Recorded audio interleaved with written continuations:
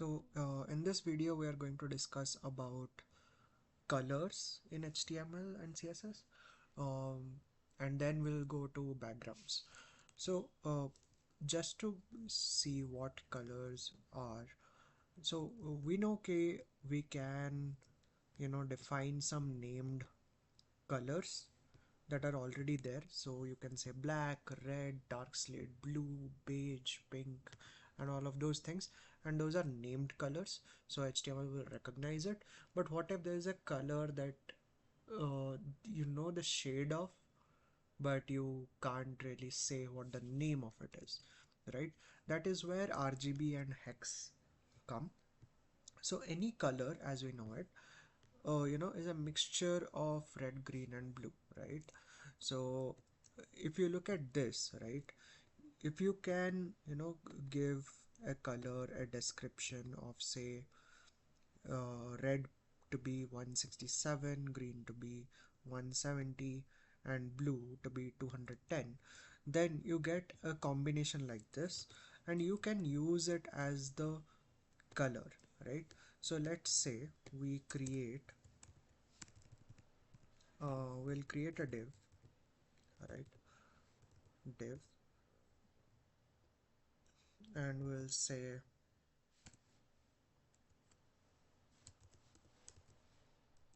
color experiments, and let's say we'll call this class color, and let's say we give this color class some width, let's say 400 px, and we'll give it a height of, say, 200 px, right? And if we save it, we'll save this, we'll copy the path, we'll go here, and then we come here. So we have a div.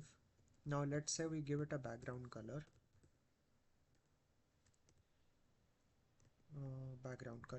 and for the background color we'll copy this RGB value, right? And we'll save it. Now as you can see, this color appears here, right? So you can give it some RGB value and it will take the color. But is RGB the only way? No. So there is something called hex as well. So hex creates a hex code for your colors. So if you go to RGB, like if you go to this RGB also, this is a hex code. So if I take this color and I paste it here,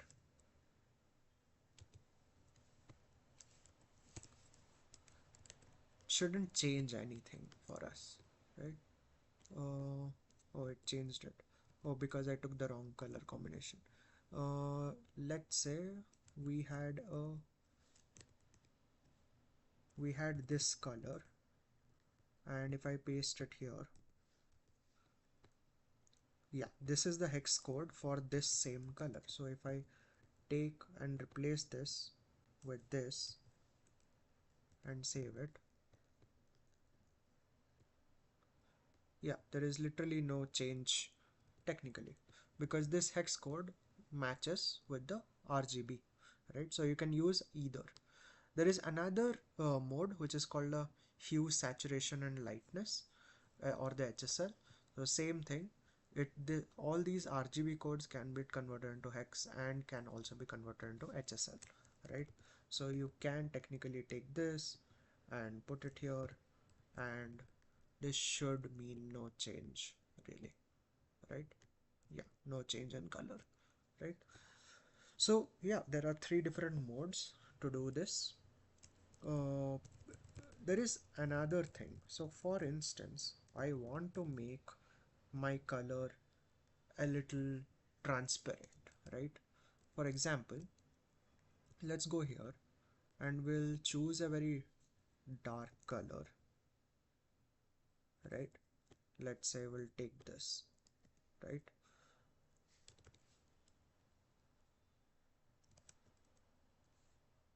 And we will paste it, and instead of RGB we'll give a which denotes alpha. So you can give it some value and say mm, how does RGB work again? uh, I think it works if I say zero point 0.7, which means 70%. So if I go, yeah, so it is 70% light. Let's say I give it a value of 1 and I reload it. So yeah, you are getting the original color, right? So A can, give some bit of transparency to the color, right? And you can do this with HSLA also. So the alpha value will denote the transparency, right? Okay, so we are done with this, and we kind of know how to do background colors, how to do gradients, right? Let's say we want to do a gradient here. How do I do that, right? So if I go here, and there should actually, let's search for it. Like, let's say I don't know how to give a color gradient as background in CSS, right? So you will see CSS gradients. So you can give linear gradients, radial gradients, and conic gradients. So let's say I have to give, some sort of gradient like this, right? So I'll go and I'll type, instead of background color, I'll write background image, and now I'll give radial gradient, right? And in radial gradient, I want uh,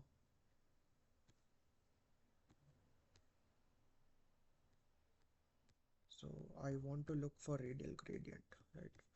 Where is radial gradient? These are all linear gradients. So let's say go to radial gradients. So in radial gradients, you define the shape size at position and then start color to last color, right? So by default, the shape is ellipse, size is farthest corner, and position is center. So we'll keep the default values. We'll say we want a radial gradient of red, orange, uh, is there something called light orange?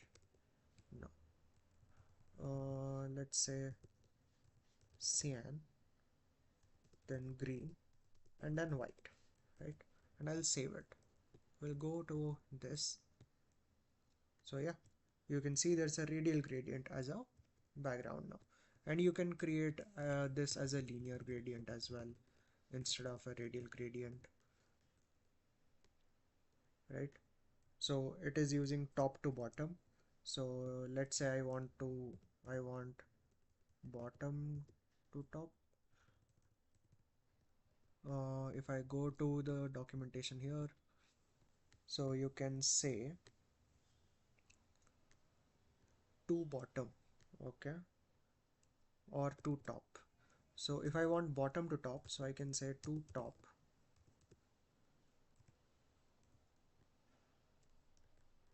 and go back. So yeah, it reverses the colors, right? So you can define your direction and then put your colors, and it will put it as a gradient, right? But what if I want an image, right? Let's say I want an image. So we'll search for it. We'll say background images, CSS background images. So you have to put a URL instead of linear gradient or radial gradient. You have to put URL. So let's look for a good image, background image, right? I'll go to images. This looks nice. We'll copy image address, and we'll go here and we'll say URL, and within double quotes we'll just put this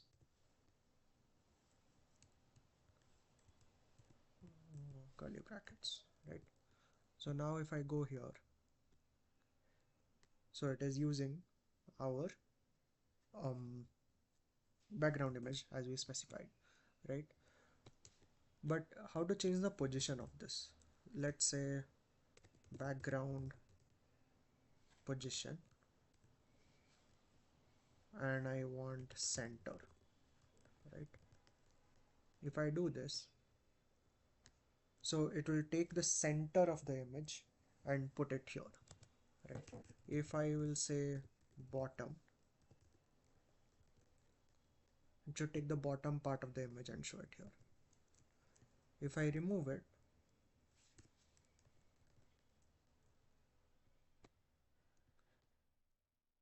it's showing as much as possible of the image, right, by default, right? There is something called background attachment as well, and what it does it is it can allow you to make it scrollable or fix it depending on the content inside the div, right? So for instance, if I put scroll and I create br and p, I'll just put a lot of content, uh, lorem 500, right? So if I save it now, so it has created a lot of content, right? And I'll remove the width and the height, right?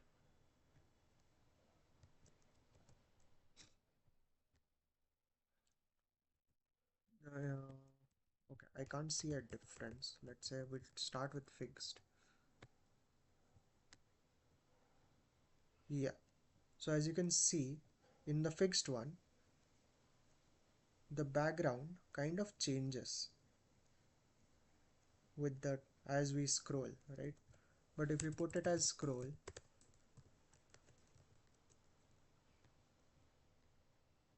it doesn't change that way, right? Also, there is something that you can see that the image is getting repeated, right?